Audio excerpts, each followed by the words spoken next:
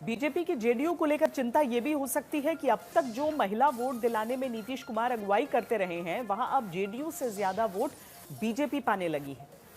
चुनाव आयोग के अनुसार 2010 में 53% पुरुषों ने बिहार में मतदान किया था, जबकि महिलाओं के 54.5% वोट पड़े थे। इस चुनाव में नीतीश कुमार की पार्टी को विधानसभा की 115 सीटों पर जीत मिली थी, जो बहुमत से केवल 7 सीटें कम थी। 2015 के विधानसभा चुनाव में भी वोट देने में महिलाएं ही आगे थी। इस चुनाव में 51.1% पुरुषों ने मतदान किया था, जबकि महिलाओं का वोटिंग टर्नआउट 60.4% था। पुरुषों के मुकाबले इस चुनाव में महिलाओं के करीब 9% ज्यादा वोट पड़े थे। ये वो चुनाव था जिसमें नीतीश कुमार बीजेपी से अलग होकर आरजेडी के साथ लड़े। नीतीश कुमार की पार्टी विधानसभा में दूसरे नंबर की पार्टी बन गई।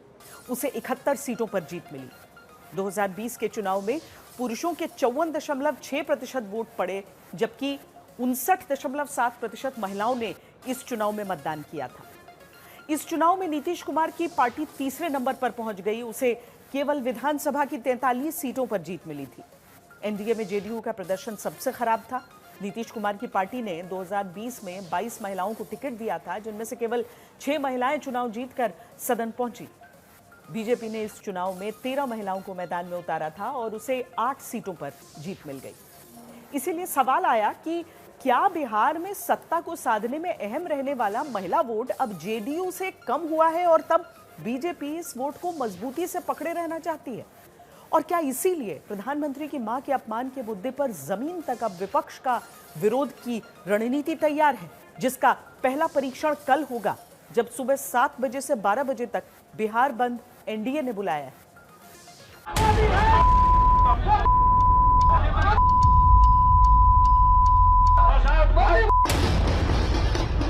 आरजेडी कांग्रेस के मंच से भद्दी भद्दी गालियां दी।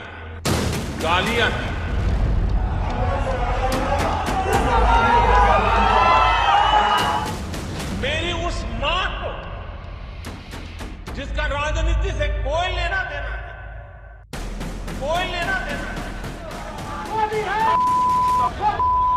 उस मां का क्या गुनाह जैसे भद्दी गालियां सुना दी। प्रधानमंत्री जी अब तक तो विदेश में कितने दिन हो गए ये बात आए हुए, यहाँ आए हैं भारत तो उनको रोना या विदेश में ढाके लगा रहे। ये टूल किट का हिस्सा है।